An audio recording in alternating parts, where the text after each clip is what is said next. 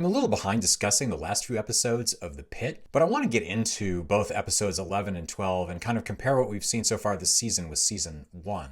There is a lot going on in each one of these episodes, so I'll only be covering a couple of key points here, but if you're not watching The Pitt, I highly recommend it. It is really one of the best TV shows out right now. This season has been a slow burn in comparison to season 1, and I kind of liken it to a tea kettle, and now we're starting to see things boil over to a deafening scream. Season 2 hasn't focused on the trauma of our cast like it did in season 1, but we're starting to see more and more of that, from the scars on Santos's leg in episode 7 to Dana having her PTSD moment here in episode 12 in the bathroom. In episode 11, we have the presence of the ICE agents who take Nurse Jesse off in handcuffs after he helps their detainee, but their being there has already had repercussions, with people leaving the waiting room and, worse yet, other staff members leaving to avoid being targeted. Dr. Langdon does apologize to Santos for his previous drug addiction, but she fires back at him that he should have been fired and lost his medical license for stealing the drugs. Season 2 is pushing Santos to her breaking point, between Langdon being back,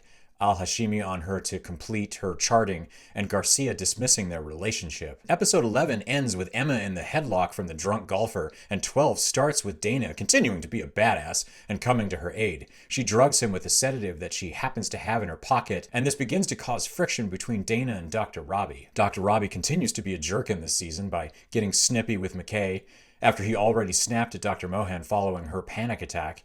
And he's even short with his friend Duke, who's impatiently waiting to get his CT scan. In both of these episodes, there are lingering shots of Dr. Robbie, sometimes when he's not even the subject of the scene, like here in this moment. I looked over, he was just riding around, and then he wasn't. Have you ever thought about hurting yourself? This goes back to the question, does Dr. Robbie have a death wish? Or is it simply an overwhelming need to just get out of Dodge? Are we glad to see that Dana is fighting back against Dr. Robbie and his attitude? Should Dr. Langdon offer a stronger apology for being mean to Santos on her first day? Will Santos address her trauma in this season and put that scalpel back? Will she open up to Dr. Whitaker? Share your thoughts in the comments below. I'm really curious. I love having these conversations about The Pitt. I think it's an amazing show, and it's a great show to really start talking about.